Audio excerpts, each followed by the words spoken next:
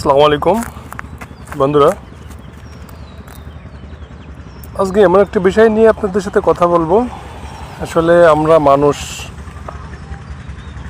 সৃষ্টির শ্রেষ্ঠ জীব, কিন্তু আসলে মনুষ্যত্ববোধ মানুষের আছে কি না। এই যে রাস্তার মাঝখানে ফরিদপুর মাগুরা মহাসড়ক, রাস্তার মাঝখানে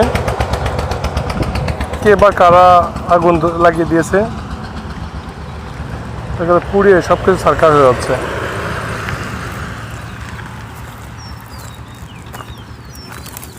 সব পুড়িয়ে অবস্থা খারাপ।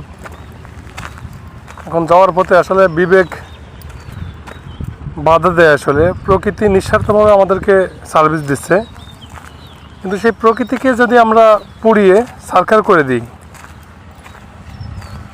আমাদের জীবনেই হুমকি আসবে। এই যে গাছগুলো দেখছেন, গাছগুলো মারা গেছে, অনেক গাছ মারা গেছে। আসলে অনেক গাছ পুড়ে গেছে, পুড়ে মারা গেছে।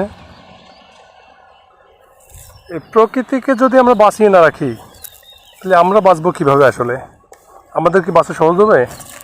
নিঃস্বার্থভাবে সৃষ্টিকর্তা তাদেরকে সার্ভিসের কাজে লাগাই দিয়েছে। তারা অক্সিজেন ছাড়ছে, কার্বন ডাইঅক্সাইড ব্যবহার করছে, এভাবে কিন্তু চলতেছে। চেষ্টা করলাম বালতিতে করে পাশ থেকে পানি নিয়ে এসে এটা নিভানোর জন্য, সেটাই করা হলো ইনশাল্লাহ। আশা করা যায় আগুন এখানে একেবারে নিভে গেছে। এই যে আমাদের দাদা পানি নিয়ে এসে নিভানোর কাজে ব্যবহার করতে লেগে গেছে। আসলে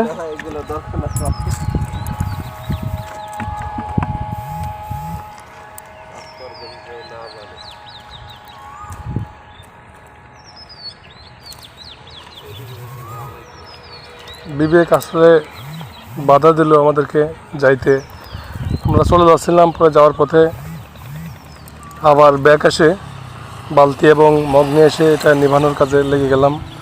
প্রকৃতিকে বাঁচিয়ে রাখতে হবে। আসলে প্রকৃতি ধ্বংস হলে আমরাও ধ্বংস হয়ে যাব। মানুষ জাতি কোনোভাবেই প্রকৃতিকে বাঁচানো ছাড়া বেঁচে থাকা সম্ভব না।